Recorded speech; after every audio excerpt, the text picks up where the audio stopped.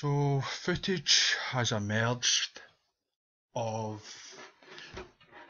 the moment that gunshots rang out in the Bataclan theatre while the Eagles of Death Metal were performing. I've just came across this article in Vice News which has a link to the video of this. I'm just going to quickly just give you a quick rundown of what's happened so far. This is a timeline, so it says everything we know so far about the gunmen behind the Paris attacks, live updates. So it's obviously showing you the latest time period. So I'm going to scroll to the bottom. I'm going to start from this morning. So this starts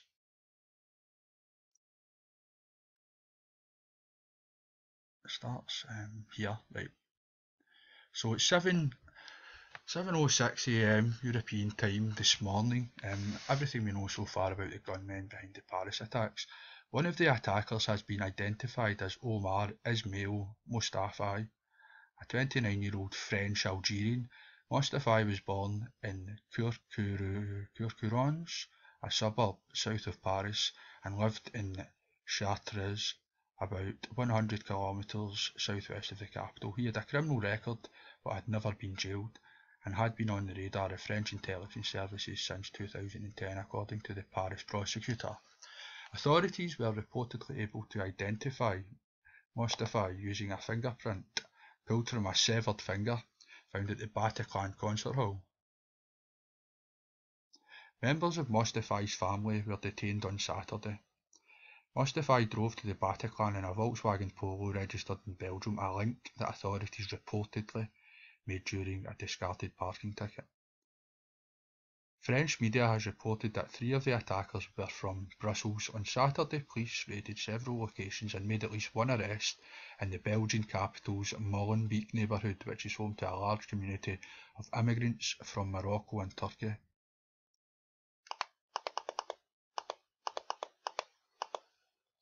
A severed finger.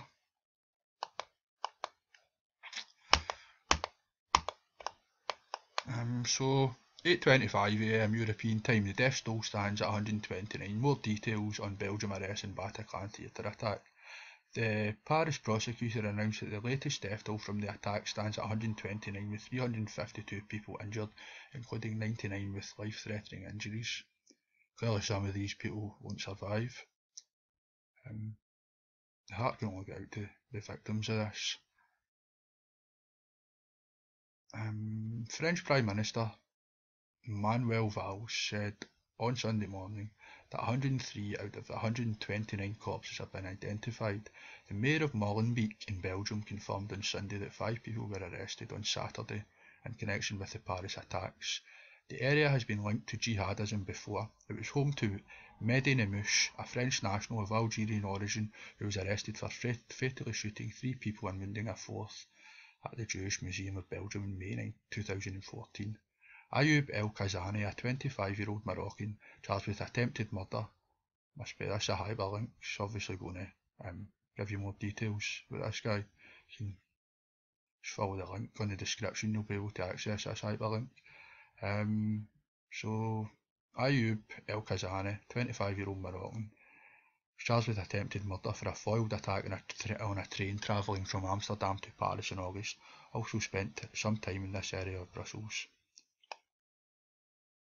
The mayor of Chartres, a suburb southwest of Paris, confirmed that Omar Ismail Mustafa was one of the attackers at the Bataclan theatre. According to French newspaper Le Monde, Mustafa may have travelled to Syria during the winter of 2013-14. Investigators reported that they have proof of him going to Turkey, the major gateway to Syria. Now, just remember, Vice, when they first came out, Vice were excellent, but somewhere along the line, they've turned into Russian-hating Zionists. Clearly they've been paid off, so you've always got to read between the lines of the Vice's articles. But they're clearly painting the picture. The backstory of the claims that one of the gunmen were shouting, "This is for Syria." This has been backed up by obviously the French intelligence services, the French police, and the French propaganda mouthpiece called Le Monde. Right, so it says, according to French newspaper Le Monde, Mustafa may have travelled to Turkey during the Syria during the winter of 2013-14. Investigators reportedly have proof of him going to Turkey, the major gateway to Syria. There is no mention of the fact that ISIS have been selling oil to Turkey for the past few years. Turkey have been very happy with their discounted purchases of oil from terrorists. So we have to find out if there is an active network in Chartres or if Ismail Mustafa was a single individual with links with a Belgian network or else. Chartres Mayor Jean-Pierre Gorges said 6 of Mustafa's relatives have been arrested, a standard procedure in terror cases according to French police. The houses of Mustafa's father and brother were searched on Saturday. Mustafa's brother went by himself to the police station. "It's crazy, it's totally crazy," Mustafa's brother told AFP before turning himself in. He said he hadn't spoken to his brother in years because of family issues and that his sibling had settled in Algeria for a bit a few years ago. So as is pretty standard in these operations, they've arrested one of the suspects' whole family. These people will probably end up locked up in an orange jumpsuit in Guantanamo and never be heard of again. So let's jump to the next bit of this timeline. 9:39 AM European time. More info on Belgium arrest. Police said to be hunting suspect involved in Bataclan theatre attack. A Belgian prosecutor says 2 of the attackers were Frenchmen who lived in Brussels. The AFP reports. 2 attackers killed in Paris were Frenchmen who lived in Brussels. It's a tweet from the Fresh Press Agency. Authorities are reportedly still searching for a French national who rented the Volkswagen Polo seen outside the Bataclan theatre, where 89 people were killed. France's BFM TV cited police sources. Another hyperlink, follow the link in the description, as saying this man was not among the said 7 dead attackers or the men arrested so far in Belgium. French authorities have said 7 attackers were killed on Friday.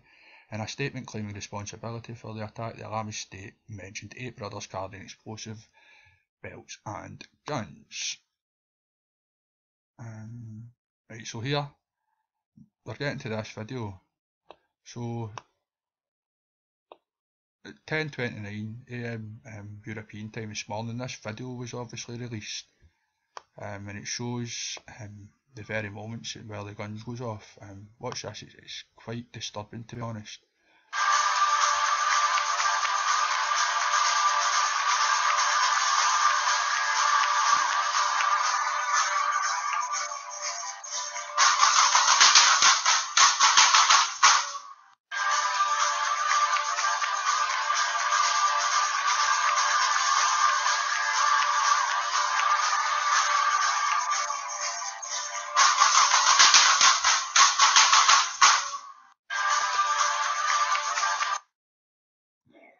Sends a shiver down your spine, doesn't it?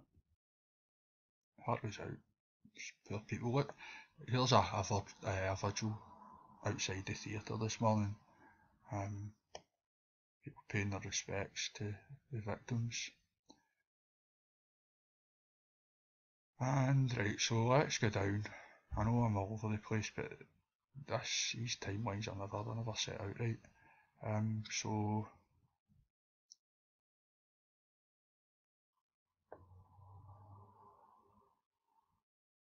actually, I've just came across this. US spy agencies scrubbing intelligence for clues about Paris attackers. So this looks very interesting. It's also worth pointing out that German and French intelligence services had been made aware of a theft from a French armoury of all sorts of military hardware over a month ago. So it says here, US spy agencies scrubbing intelligence for clues about Paris attackers. American officials are scrutinising reams of intelligence data in an attempt to determine if there was anything that the US intelligence community could have done in advance about the terrorists and their coordinated attacks in Paris that killed 129 people and left 300 others hospitalised. We continue to assess the situation, but have nothing public to give you on the developing details, a US intelligence official told Vice News. We have seen nothing that contradicts President Francois Hollande's assessment. Of course, the intelligence community is working with its French counterparts and is scrubbing intelligence. President Barack Obama convened a National Security Council meeting on Saturday afternoon before departing for the G20 summit. The White House said the President discussed the Paris attacks and was briefed on the latest intelligence, which, while noting that there was no specific or credible threat to the United States, reviewed our homeland security posture to ensure we are doing everything necessary to protect the American people.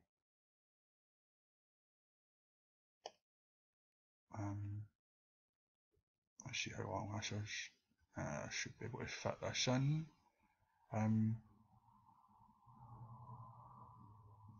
So he said building the suicide vest. Sorry, no.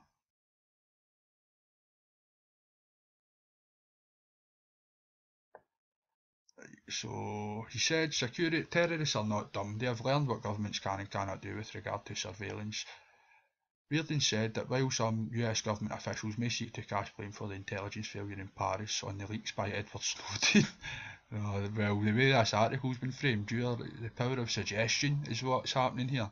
The NSA whistleblower and say had a certain surveillance programme been in place, the attacks could have been foiled. The reality is there are very few examples where the US government has been able to show that because of this surveillance programme we were able to thwart an attack. So there you have it, the Americans are admitting surveillance programmes do nothing. Yeah, I'm sure we'll be on the end of a raft of new spying measures in the UK due to this. Al-Qaeda in the late 90s stopped using satellite phones when they learned the US government could intercept 100% of their communications, said Reardon, who was formerly the chief of the FBI's 24/7 Terrorist Screening Operations Centre. Terrorist groups don't use emails like they used to, they're careful on phones. It is possible to do this under the radar.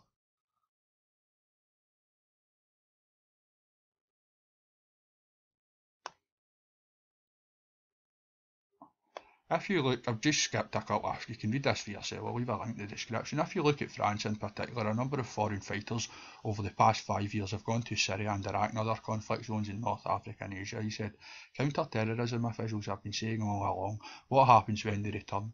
Some we know about, but there are others you don't even know who have left. Most foreign fighters, when they're done in the conflict zone, they're done fighting, but a small percentage come back with combat experience and they are determined to mount an attack.